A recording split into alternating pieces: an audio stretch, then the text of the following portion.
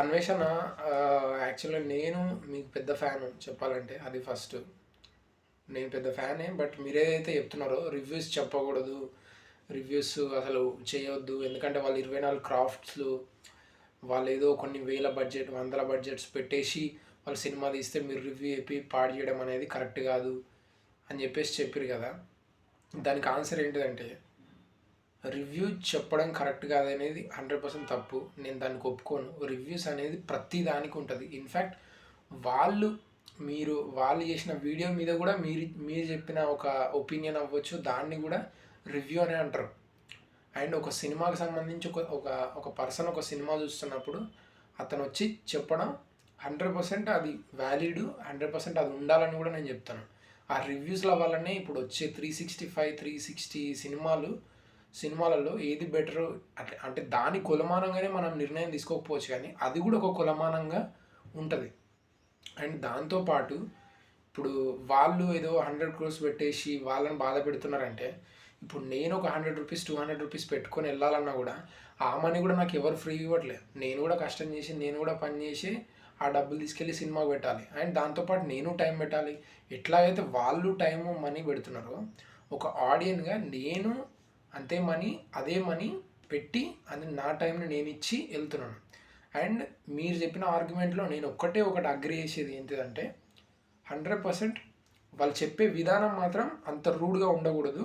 But ఎంత రూడ్గా ఉండాలనేది ఎవరు డిసైడ్ చేస్తారు? ఇప్పుడు మీరు నిన్న ఆ రివ్యూలకు సంబంధించి ఒక వీడియో పెట్టారు. దాంట్లో మీరు కూడా ఎక్కిరించినట్టు మాట్లాడతారు. అది మానవ సహజం, అది 100% మామూలుగా జరుగుతూనే ఉంటుంది సొసైటీలో. దాన్ని ఎవ్వరు ఆపలేరు. కాకపోతే దాన్ని స్పోర్టివ్గా తీసుకొని వెళ్ళిపోవాలి తప్ప కేసులు చేయడం అలాంటిది అనేది అది కామన్, అది జరుగుతూనే ఉంటుంది. ఇది పార్ట్ ఆఫ్ సొసైటీ 100%. దాంట్లో మాత్రం ఏ ఎంకరేజ్మెంట్ లేదు. బట్ అంత రూడ్గా చెప్పాల్సిన అవసరం లేదు. అంటే స్టార్టింగ్, ఇంటర్వెల్, మిడ్ ఈ సీన్ బాగాలేదు, ఆ సీన్ బాగాలేదు, అది ఎప్పటికీ ఉంటుందన్న 100%.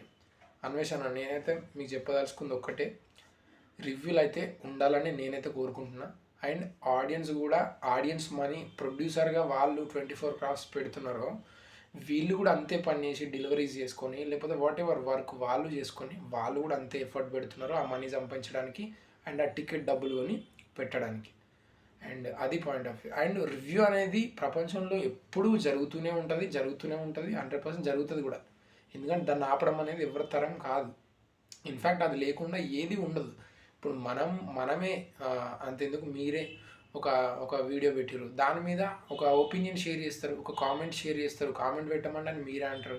ఆ కామెంట్లో కూడా వాళ్ళు చేసేది ఏంటిది? రివ్యూ. అది కూడా ఒక రకమైన రివ్యూ. బట్ అతను బయటికి వచ్చి ఒక వీడియో చేస్తున్నాడా అని అంటే బయటికి వచ్చి కామెంట్ అయితే చేస్తున్నాడు కదా. ఇది నేను చెప్పే థింగ్ అనమాట. అండ్ దీని మీద నాకు పూర్తి అవగాహన లేకపోయినా, ఇన్ఫ్యాక్ట్ నేను ఒక డైరెక్టర్ అయిదాం అనుకున్నాను, నేను డైరెక్టర్గా ట్రై చేస్తున్నాను, నేను స్టోరీస్ తీస్తున్నాను. అండ్ ఎవరన్నా ఓన్లీ పొగిడితేనే తీసుకోవాలంటే సొసైటీ ముందుకు వెళ్ళదు. అండ్ దాంతో మనం ఏమాత్రం బాగుపడలేము. మంచి చెడు రెండూ ఉంటాయి. ఆ చెడుని తగ్గించి మంచిని పెంచే ప్రయత్నం ఒక్కటి చేయాలి తప్ప చెడు లేకుండా ఉండడం అనేది ఇంపాసిబుల్. చెడు అంటే ఏంటిది? Bad reviews. And good reviews అయితే ఉండాలి, కానీ బ్యాడ్ రివ్యూస్ అయితే ఉండొద్దు. అండ్ దీనికి సంబంధించి రివ్యూస్ ఇచ్చినంత మాత్రాన సినిమాకి వెళ్ళి చూస్తారనేది అయితే కొంతమంది చూస్తారు. ఏ సెట్ ఆఫ్ పీపుల్ అయినా కొంత పర్సంటేజ్ ఎప్పుడూ ఉంటుంది. అంటే ఇప్పుడు 100%లో ఒక 25-30% పీపుల్ రివ్యూస్ చూసి వెళ్తారు అనేది ఒప్పుకుందాం ఒక పాయింట్కి. బట్ మిగతా మంది అసలు సినిమాని చూడని వాళ్ళు ఉంటారు, ఒక 20% చూసేవాళ్ళు ఉంటారు. ఇప్పుడు ఫర్ ఎగ్జాంపుల్ ఏ సినిమా వచ్చినా చూసేవాళ్ళు చాలామంది ఉంటారు. కాలేజ్కి వెళ్ళేటోళ్ళు ఉంటారు, వాళ్ళు సినిమాకి వెళ్దామని వెళ్ళిపోతారు. పర్టికులర్ సినిమా కోసం రివ్యూ కోసం చూసి వెళ్తారా? వెళ్ళరు. ఇప్పుడు నాలాంటి వాళ్ళు ఉన్నారు. నేను సినిమా చూడాలనుకుంటున్నా, ట్రైలర్ నచ్చింది, వెళ్ళిపోతా, ఏ రివ్యూస్ చూడాల్సిన అవసరం లేదు. అండ్ ఓపెనింగ్ ఎట్లా వస్తుంది ఆ సినిమాకి? దాని తర్వాత పబ్లిక్ టాక్ ఉంటుంది, రివ్యూస్ ఉంటాయి, ఇవన్నీ ఉంటాయి. ఇవన్నిటితో ఉంటుంది. రివ్యూ వల్ల ఒక సినిమా ఎఫెక్ట్ అవుతుందంటే అది సినిమా ప్రాబ్లం తప్ప రివ్యూ ప్రాబ్లం కాదు, 100% కాదు. అదైతే నేను గట్టిగా చెప్తున్నా. ఇన్ఫ్యాక్ట్ అట్లా అయిన సినిమాలు చాలా. ఇన్ఫ్యాక్ట్ దురంధర్ సినిమా, దానికి కూడా ఏమంటారు, స్టార్టింగ్లో రివ్యూస్ ఎవరైనా ఇచ్చిరా? అసలు రివ్యూస్ ఎవరు కూడా పట్టించుకోలేదు. బట్ అది ఏ లెవెల్కి వెళ్ళిపోయింది సినిమా, వేరే లెవెల్కి వెళ్ళిపోయింది. అట్లనే ఇంకా చాలా కొన్ని సినిమాలు ఉన్నాయి రివ్యూల మూలంగా మనం ఆ సినిమాను వెతుక్కొని చూసిన సినిమాలు ఉన్నాయి. ఇప్పుడు భరద్వాజ్ రంగన్ గారు ఉన్నారు, అయినా కొన్ని సినిమాలు నాకు అసలు ట్రైలర్ కూడా చూడలేదు నేను. అలాంటి సినిమాకు ఆయన చూసి దాన్ని రివ్యూ పెట్టిండు. ఆ రివ్యూ పెట్టడం ద్వారా కూడా ఆ సినిమా ఆ సినిమా ఉందన్న విషయం నాకు తెలిసింది. దాని తర్వాత నేను వెతుక్కొని చూసినాను, కొన్ని దొరకలేవు, కొన్ని అట్లా ఇట్లా జరిగింది. సో రివ్యూల వల్ల కూడా కొంచెం మంచి ఉంటుంది, చెడు ఉంటుంది. సో ఒక మంచిని యాక్సెప్ట్ చేస్తున్నప్పుడు చెడుని కూడా యాక్సెప్ట్ చేయాల్సి వస్తుంది.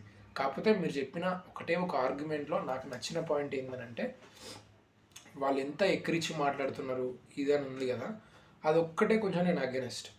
అంటే అగెనెస్ట్ అంటే అది వాళ్ళ మనస్తత్వం మనం ఏం చేయలేము, అది సింపుల్. ఒక్కొక్కడు అరే అంటాడు, ఒకడు ఏమండి అంటాడు, ఒకడేమో సార్ అంటాడు, ఒకడు మేడం అంటాడు. సో ఇట్లా ఇన్ని రకాల పర్సన్స్ ఉన్నట్టే రివ్యూలు చెప్పే వాళ్ళకి కూడా ఒక్కొక్కరికి ఒక్కొక్క మెంటాలిటీ ఉంటుంది, ఒక్కొక్కరికి ఒక్కొక్క స్టైల్ ఉంటుంది, ఒక్కొక్కరికి ఒక్కొక్క వెక్కిరింత ఉంటుంది. అండ్ వాళ్ళది ఏమన్నా లీగల్గా కేసులు ఉంటే లీగల్గా ప్రొసీడ్ అవ్వచ్చు, అంతే తప్ప మీరేదో దేశాన్ని ఉద్ధరిద్దామన్న ఇంటెన్షన్ మీకు ఉండొచ్చు, ఉండడంలో తప్పు కూడా లేదు. 100% మీరు చెప్పాలనుకుంది మీరు చెప్పారు, నేను చెప్పాలనుకుంది నేను చెప్తున్నాను. బట్ ఓవరాల్గా రివ్యూస్ అయితే ఉండాలి. ఎంత రివ్యూస్ ఉంటే అంత బెటర్ అని నా ఫీలింగ్. అండ్ రివ్యూలని కంట్రోల్లో పెట్టాలని అనేది ఇంపాసిబుల్. అండ్ మీరు ఇంకో మాట ఏమన్నారంటే, ఎంతోమంది ట్రై చేసారు ఫిలిమ్స్ని బాగు చేద్దామని, వాళ్ళతోనే కాలేదు, రివ్యూల వల్ల ఏమవుతుందని అన్నారు. ఇవి కూడా లేకపోతే ఇంకా బేకార్ అయిపోతుంది. ఈ రివ్యూలు కూడా లేకపోతే ఇంకా బేకార్ అవుతుంది. రివ్యూస్ అనేవి 100% ఉండాలి, 200% ఉండాలి. ఇన్ఫ్యాక్ట్ నేను రివ్యూ స్టార్ట్ చేసింది ఒక ఫర్ ఎగ్జాంపుల్ ఏదో సినిమా ఉంటుంది, ఆ సినిమా నేను చూసేసి నేను హ్యాపీగా ఫుల్ ఎంజాయ్ చేసేస్తున్నా, నేను షేర్ చేస్తే చూస్తారా చూడరా తర్వాత విషయం. నా యూట్యూబ్లో నాకున్న ఫాలోవర్స్ చాలా తక్కువ, 204 మెంబర్స్ ఉన్నారు. బట్ చూసేవాళ్ళు చూస్తారు. ఒకవేళ వాళ్ళకి నచ్చింది అనుకో ఫిలిం, అరే సూపర్ అనిపిస్తుంది, వాళ్ళకు కూడా ఒక ఎంకరేజ్మెంట్ ఉంటుంది.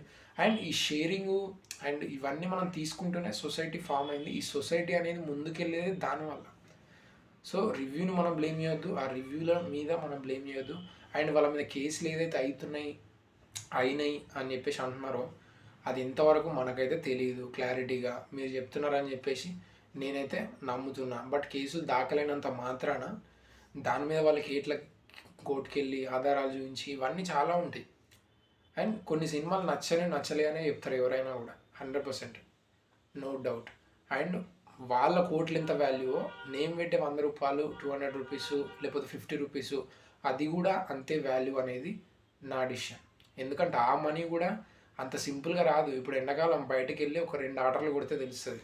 జస్ట్ జొమాటోలో 2 ఆర్డర్లు కొట్టినాం, 2 ఆర్డర్లు కొడితే అర్థమవుతుంది ఆ పొజిషన్ ఏందని. 20 రూపాయలు ఇస్తాడు, కస్టమర్స్ ఎట్లా రెస్పాండ్ అవుతారు, ఆ 20 రూపాయలు రావడం కోసం నీకు ఎంత తంటాలు ఉంటాయో, ఆ బైక్ ఇష్యూ అవ్వచ్చు, ఇవన్నీ కూడా అందులో పార్ట్ ఆఫ్ ఇదనమాట.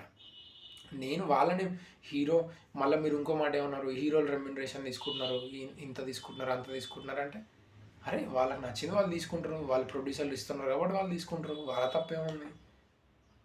వాళ్ళు ఏమైనా ఇస్తుంటే వద్దంటారా? ఇప్పుడు నీకు యూట్యూబ్ ఇస్తుంది, ఒక 12 లక్షలు వచ్చిందని నువ్వు అని అన్నావు, నాకు 10 లక్షలు కావాలని నువ్వు 4 లక్షలు ఎందుకు ఇవ్వలే, వాళ్ళకి ఇచ్చిన నువ్వు తీసుకున్నావు. సేమ్ ఇంతే, వీళ్ళు కూడా అంతే. ఈ హీరోలు ఎవరైతే ఉన్నారో వాళ్ళు కూడా సేమ్ అంతే, వాళ్ళు ఇస్తున్నారు కాబట్టి వాళ్ళు తీసుకుంటారు, వాళ్ళ అంత ఉంది కాబట్టి వాళ్ళు తీసుకుంటున్నారు. లేకపోతే వాళ్ళు కూడా తగ్గిస్తారు. వాళ్ళ సినిమా వరుసగా 10 సినిమాలు ఫ్లాప్ అయినాయి అనుకో, వాళ్ళ రెమ్యునరేషన్ కూడా తగ్గుతాయి. సో దానికి ఉపయోగపడేది రివ్యూలు అండ్ చూసే ఆడియన్స్ ఒపీనియన్స్, ఇవన్నీ ప్లేస్ అయి ఉంటాయి. అండ్ రివ్యూలు ఒక్కటే 100% కాదు, రివ్యూలు 10% 20% ఉంటాయి. అండ్ పబ్లిక్ ఒపీనియన్ వేరే ఉంటుంది. ఈ రివ్యూస్ అనేవి ఎందుకు కనిపిస్తాయి అంటే ఇవి పోస్ట్లో వస్తున్నాయి, అంటే ఇన్స్టాలో వస్తాయి, రీల్స్లో వస్తాయి, లేకపోతే యూట్యూబ్లో వస్తాయి, ఇంకా కొందరు బ్లాగ్స్ రాస్తారు, ఇంకా చాలా ఉంటాయి. సో ఇదన్నమాట నేను చెప్పేది. And this is it. Reviews అనేవి 100% ఉండాలి. అన్వేషణ మీరు చెప్పింది మాత్రం ఇది ఒక్క పాయింట్ అయితే నేను అగ్రి చేయట్లేదు 100%. అండ్ నేను మీ వీడియోస్ చూస్తుంటాను, మీరు చేసిన వీడియోస్కి మీ ఇంటెన్షన్ ఏదైతే ఉందో ఆ ఇంటెన్షన్ నేను నిజంగా పెద్ద ఫ్యాన్. అండ్ మీరు చేసే ఇప్పుడు ప్లేస్కి వెళ్తున్నారు, ప్లేస్కి వెళ్ళేసి మీరు ఆ ప్లేస్కి సంబంధించి చూపించి చెప్తున్నారు, అందం గురించి చెప్తున్నారు, ఆ ప్లేస్కి సంబంధించి కొన్ని నెగిటివ్ చెప్తారు, కొన్ని పాజిటివ్ చెప్తారు. అండ్ సేమ్ థింగ్ అది కూడా రివ్యూయే, అది కూడా ఒక ఒపీనియనే. మీరు రివ్యూ అని ఎందుకు అంటున్నా అంటే, దాన్ని కూడా మీరు ఆ ఒపీనియన్ని మీరు కూడా రికార్డ్ చేసి పెడుతున్నారు. అంటే మీరు కూడా ఒక స్థలానికి, అంటే మీరు వెళ్తున్న ఒక ప్లేస్కి సంబంధించి మీరు కూడా ఒక రివ్యూ చేస్తున్నారని అర్థం. సో అది నేను చెప్పేది. Please understand this. ఇది వరల్డ్లో అన్ని ప్లేసెస్లో, అంటే అన్ని ఒక పర్సంటేజెస్లో ఎగ్జిస్ట్ అవుతాయి. సో ఆ ఎగ్జిస్టెన్స్ని మనం క్వశ్చన్ చేయకూడదు. బట్ అట్లా అని చెప్పేసి ఆ ఎగ్జిస్టెన్సే ఉండొద్దు అని దాన్ని తీసేయాలంటే మాత్రం కరెక్ట్ కాదు. బట్ దానికి ఎవరికి వాళ్ళకి తెలుస్తుందా, ఇప్పుడు ఆ రివ్యూ చెప్పిన వాళ్ళు ఎవరైతే ఉన్నారో వాళ్ళకు కూడా తెలుసు, అరే మనం రాంగ్గా మాట్లాడినామని. వాళ్ళని వాళ్ళు కరెక్ట్ చేసుకోవాల్సిన అవసరం ఎంతైనా ఉంది. ఈ సొసైటీలో ఒకరిని వేరొకరు మార్చడం కన్నా వాళ్ళని వాళ్ళు మార్చుకోవడం అనేది చాలా గొప్ప విషయం. దాని మీద ఫోకస్ చేసి దానికి సంబంధించి మనం అవేర్నెస్ కనుక తెప్పించగలిగితే అది one of the best thing అనేది నా opinion. And thank you for watching. Please do subscribe.